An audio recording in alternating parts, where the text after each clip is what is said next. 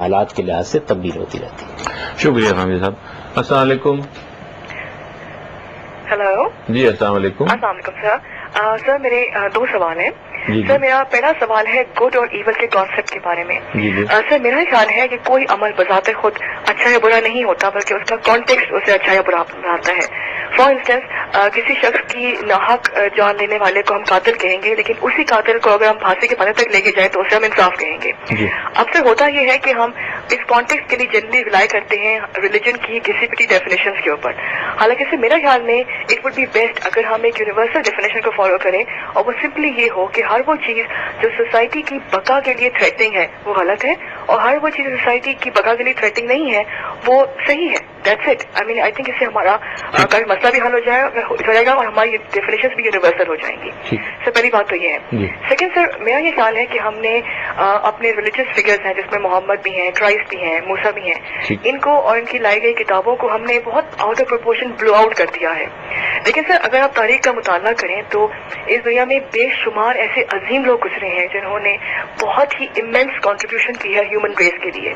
نہ صرف اس سے ہماری کوالٹی آف لائف بہتر ہوئی ہے بلکہ ہماری تھنکنگ پروسیس بھی بہت اچھے ہوئے ہیں. اس میں بہت سارے اسٹیٹسمین بھی آتے ہیں پینٹرز بھی ہیں میوزیشینز بھی ہیں. تو سر اسی طریقے سے اسی پوائنٹ آف ویو سے ہم لوگ یہ کیوں نہیں کہتے کہ Muhammad was a great man Quran is a good book and that's it. کیا ضروری ہے کہ ہم اس کے ساتھ رسول اللہ اور کتاب اللہ کا ایک لقب لگائیں؟ کیا یہ باتیں کہے بغیر ہم اس کی عزت نہیں کریں گے یا اس کی باتوں پر عمل نہیں کریں گے؟ آپ کا سوال پہنچ گیا. بہت شکریہ. Thank you sir. جی السلام علیکم. ہیلو. اچھا جناب وہ کہیں غائب ہو گیا. یہ ہماری بہن کبھی کبھی سوال کرتی ہیں اور اسی قسم کے نازک سوالات چھیڑ دیتی ہیں تو آپ نے خود سماعت کروانا میں دہراتا نہیں. پہلا سوال خیر و شر کے بارے میں. جی اب یہ دیکھیے کہ انہوں نے یہ کہا کہ کیا چیز سوسائٹی کے لیے بہتر ہے. سارے انسانوں کا اگر اس کے اوپر کبھی اتفاق ہو جاتا تو مسئلہ ختم ہو جاتا. اس وقت کتنی چیزیں ہیں جو امریکہ کہتا ہے کہ ان کے لیے بہت بہتر ہے اور ہم مسلمان کہتے ہیں کہ ہمارے لیے مہلک ہے. یورپ کہتا ہے ہمارے لیے بہت بہتر ہے. ایشیا کہتا ہے کہ ہمارے لیے بہتر نہیں ہے. تو اخلاقیات کے معیار تو یونیورسل ہونے چاہیے ورنہ کسی کے ساتھ بات کرنے کی گنجائش ہی باقی نہیں رہے گی. کیا عدل کے معاملے میں اب یہ طے کیا جائے گا کہ یہ فلاں سوسائٹی کے لیے بہتر ہے فلاں کے لیے بہتر نہیں ہے؟ یعنی ہو سکتا ہے کہ عدل کے ساتھ بھی وہی معاملہ ہو جائے جو انہوں نے قتل کے بارے میں بیان کیا ہے کہ ایک جگہ انصاف دینا مثلا رحم کے اصول کے خلاف ہو. یہ ہو سکتا ہے نا. آپ ایک ماں کے دو بیٹے ہیں ان میں سے ایک نے قتل کر دیا ہے دوسرا مقتول ہے ایک دنیا سے رخصت ہو گیا اب دوسرے بیٹے کو آپ سزا دینا چاہتے ہیں. عدل کا تقاضا ایک ہے اور ماں کی شفقت اور محبت کا تقاضا ایک بالکل دوسرا ہے. تو اس میں کیسے فیصلہ کریں گے؟ یعنی یہ جو معیار انہوں نے بتایا ہے کاش ایسا ہو چکا ہوتا. فلسفے کی 5000 سال کی تاریخ تو یہ بتاتی ہے کہ اس میں انسان نے منہ کی کھائی ہے کوئی چیز بھی واضح نہیں ہو سکی. اس لیے قرآن مجید کی رہنمائی میں اگر آپ دیکھیں تو یہ عظیم انکشاف ہم پر ہوتا ہے کہ کچھ بنیادیں ہیں جو ہمارے حادثہ اخلاقی کے اندر آپ سے آپ دریافت ہوتی ہیں. کچھ چیزیں وہ ہیں جو سماجی اخلاقیات کی صورت میں پیدا ہوتی ہیں.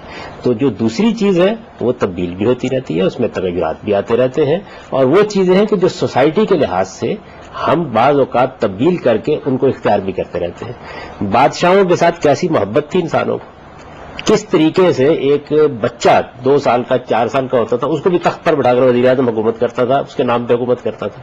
آج لوگوں کے یہ کتنی قابل نفرت چیز بن چکی ہے.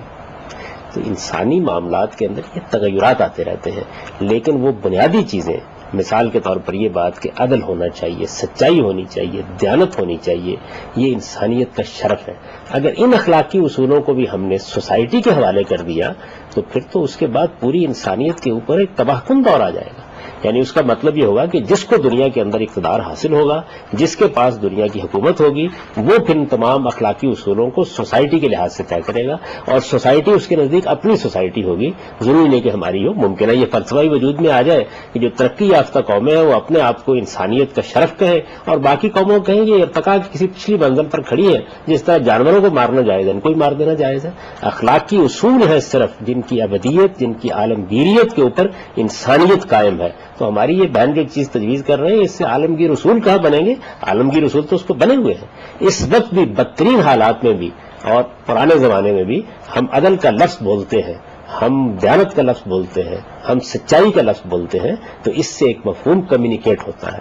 اصل میں غلط فہمی کہاں سے ہوتی ہے؟ ان چیزوں کو جب آپ اپلائی کر رہے ہوتے ہیں. انہوں نے مثال دی قتل کی. جب اجازت دیں میں ایک سوال لے لوں. یہ آسٹریلیا سے آپ کال کر رہے ہیں تو پھر آپ کی طرف واپس آتے ہیں. السلام علیکم. ہیلو. ہیلو، السلام علیکم. جی وعلیکم السلام. رامدی صاحب، مجھے ایک سوال ہے کہ جو بیرون ممالک مسلمان رہتے ہیں ان اونچا کے لیے بولیے تھوڑا اتحاد ضروری ہے، لیکن یہ پروسیس میں انگیج ہونے کے لیے کس کی رسپانسبلٹی ہے؟ جو مسلمان باہر رہتے ہیں یا وہ لوگ جو کہ مسلم میجورٹی ایریاز میں رہتے ہیں اور ہمیں ان کے آئیڈیاز پک اپ کرنے چاہیے؟ آپ سوال آپ نے سماعت فرمایا؟ آپ نے سوال ذرا دوبارہ کیجیے.